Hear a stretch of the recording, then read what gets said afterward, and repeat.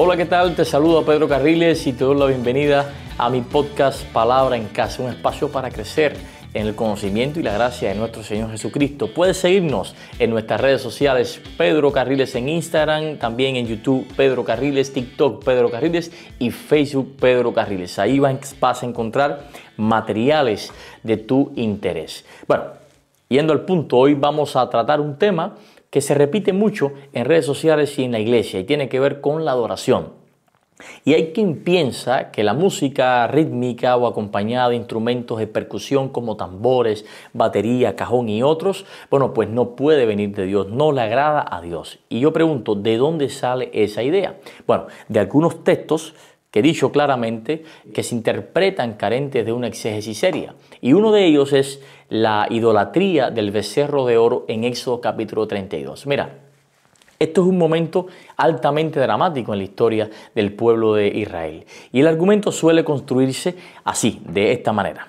Moisés baja del monte con las tablas del pacto en su mano después de estar 40 días cara a cara con Dios. A su lado está Josué, su ayudante, quien escucha entonces un extraño ruido que viene directamente del campamento. Y al llegar, ahí está el espectáculo desgarrador. El pueblo está adorando a un becerro de oro, está danzando, está cantando, desatado en pura idolatría. Por lo tanto, la música con tambores, con panderos o con algún instrumento así percutivo, de percusión o rítmica, no es agradable a Dios. No se permite porque proviene de la apostasía. Y la música, a su vez, tiene un poder intrínseco que puede llevar a la idolatría. Ok, aquí termina. Ahora te pregunto, ¿eso es lo que enseña realmente este pasaje? ¿De verdad fue la música la culpable? Amigo, a mí me gustaría decirte que sí. Y aquí se acaba este asunto, se acaba el tema, pero no puedo irme a casa diciéndote media verdad. El texto mismo muestra que la música no fue el origen de la idolatría. La música fue la manifestación de lo que ya estaba ocurriendo en el corazón del pueblo.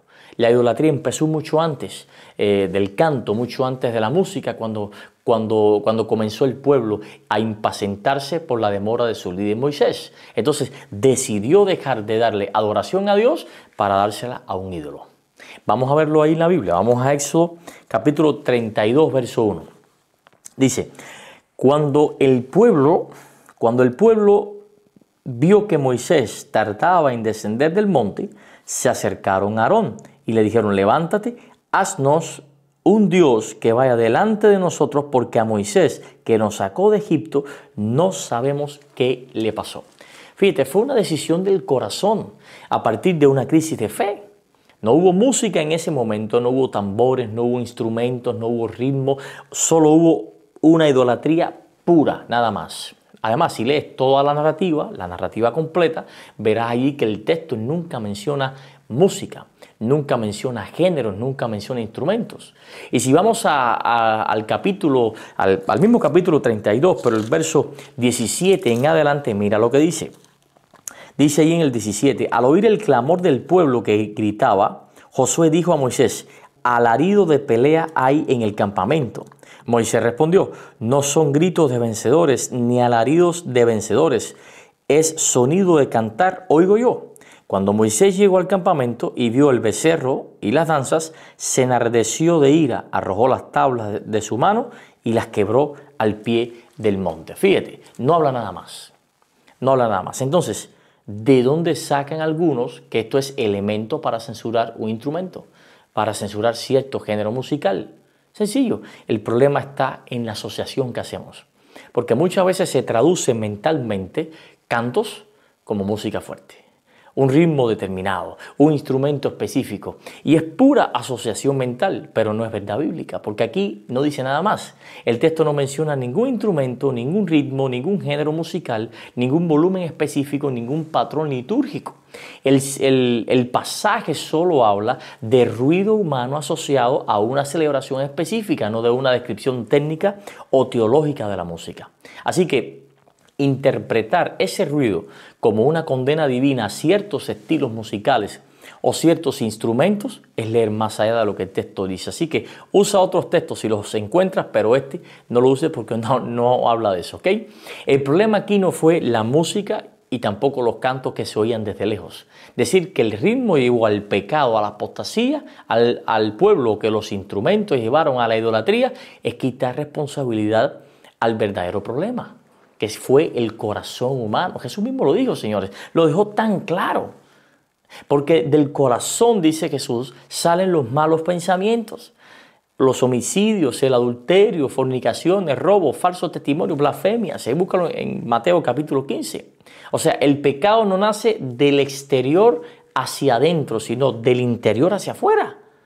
No es el tambor el que contamina, es el corazón no rendido a Dios.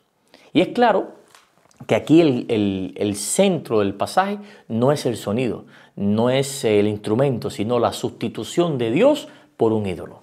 El pecado central de Éxodo capítulo 32 no fue el cantar, no fue danzar, no fue hacer ruido, no fue nada de eso. El pecado fue reemplazar la gloria del Dios invisible por una imagen visible. Fíjate que Israel en el capítulo 32, verso 1, no le dice a Aarón, oye, vamos a cambiar el ritmo de la música. No, no. Le dice, estos son tus dioses, oh Israel, que te sacaron de la tierra de Egipto. Así que la idolatría no nació del sonido o del instrumento, sino del corazón que dejó de confiar en el Dios vivo. Ahí está. La música no fue otra cosa sino que el lenguaje externo de una decisión interna que ya fue tomada. Oh no, pastor, pero espere, ahí había música fuerte, dice ahí. Había música intensa, estaba asociada evidentemente con la idolatría, pastor. Mira, si vamos a decir eso, entonces también tendríamos que dejar de usar oro, tendríamos que dejar de hacer fiestas, porque todo eso también estuvo presente en Éxodo capítulo 32. Pero eso sería totalmente absurdo, porque la idolatría no se combate eliminando cosas externas, se combate santificando tu vida por dentro. Porque del corazón nacen los malos deseos. Amigo mío, la música fue usada en la rebelión. Estamos de acuerdo en eso. Pero también fue usada para alabar a Dios, cuando Miriam, por ejemplo, cantó tras la salida victoriosa del Mar Rojo. Y ahí hubo mucho gozo. El canto de Miriam en Éxodo capítulo 15 da claramente la idea de una celebración intensa, pública, una celebración incluso hasta corporal y sonora, aunque igual que en Éxodo capítulo 32 no describe qué géneros musicales fueron, sí se describe una expresión igualmente viva. Mira, vamos a ver lo que dice ahí Éxodo capítulo 15. Vamos a ver ahí lo que dice Éxodo capítulo 15 a partir del verso 20. Mira esto. Dice, y Miriam, la profetisa, hermana de Aarón, tomó un pandero, un instrumento de percusión. Tomó un pandero en su mano y todas las mujeres salieron en pos de ella con panderos y danzas. Y Miriam les respondía, canten al Señor, porque en extremo se ha engrandecido, y echando en el mar al caballo y al jinete. ¡Wow! Tomó un instrumento de percusión. Sí, hay instrumentos de percusión. Y resulta curioso que la palabra hebrea usada aquí para este instrumento es tov, que traducida quiere decir pandero o timbrel. ¿Ok? Así que es igualmente un instrumento de percusión asociado a ritmo. O sea, no es un instrumento melódico, es un instrumento rítmico. Y esto ya rompe totalmente la idea de que la percusión está ligada solo a lo pagano, porque en Éxodo capítulo 32 esto y con lo otro. No, no era una oración estática ni silenciosa, era una oración viva. Y mira qué interesante. En Éxodo capítulo 15 había música, había pandero, había danza, canto fuerte, y fue aprobado por Dios. En Éxodo capítulo 32 había ruido, canto y celebración. ¿Okay? Y también danza, sin embargo fue rechazado por Dios. La diferencia no fue el sonido, no fue el ritmo, no fue la intensidad. La diferencia es el objeto de adoración. Si el ruido o la intensidad fueran el problema, mi amigo, la Biblia se contradiría a sí misma totalmente, porque la Biblia registra en otros lugares música intensa y apropiada por Dios. En muchos pasajes, Dios no solo permite, sino que ordena expresiones sonoras poderosas, trompetas que hacen temblar el campamento, como dice Éxodo capítulo 19, verso 16, cánticos acompañados de danza también, como vimos ahora en Éxodo capítulo 15, y también lo vas a ver en 2 de Samuel capítulo 6, percusión, usada en celebraciones sagradas. Ahí lo ves en Jeremías capítulo 31, en Segundo de Crónicas capítulo 29. Multitudes adorando con voces fuertes en Segundo de Crónicas 20, donde dice que los levitas alabaron a Jehová con voz alta y fuerte.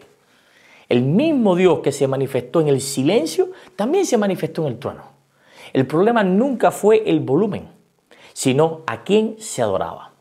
Amigo mío, familia, cuando se demoniza la música, se pierde el verdadero mensaje. Sí, culpar a la música es cómodo, yo lo sé, porque evita enfrentar el verdadero problema, que es el corazón humano que busca un Dios manejable, busca un Dios visible, controlable, externo. Por eso hacemos constantemente rectificaciones externas de nuestras vidas, mientras nuestro corazón no deja de pecar, no deja de chismear, de murmurar, de envidiar, de codiciar, de juzgar, de adulterar, de señalar. Ah, no, pero canto solo himnos y uso corbata y trajes. Vamos, la idolatría no entra por el oído, entra por la desobediencia disfrazada de religión. El becerro de oro no fue un error de estilo, fue un error de adoración, un error del corazón. Por eso Jesús no habló de instrumentos nunca. Habló de adoradores que adoran al Padre en espíritu y en verdad. Porque la adoración verdadera no se mide en decibeles, ni en notas musicales, o por familias de instrumentos, sino por dirección hacia quién está orientada esa adoración, hacia quién está orientado el corazón. En conclusión, en Éxodo capítulo 32 no condena la música rítmica, no condena tambores, no condena instrumentos, no condena la intensidad sonora, condena la sustitución de Dios por una imagen, la sustitución de Dios por otra cosa, la impaciencia espiritual y la oración vacía. Así que cuando usamos ese pasaje para atacar la música o para atacar un instrumento, dejamos de defender la música y empezamos a defender gustos, preferencias y prejuicios. Ahí te lo dejo. Que Dios te bendiga.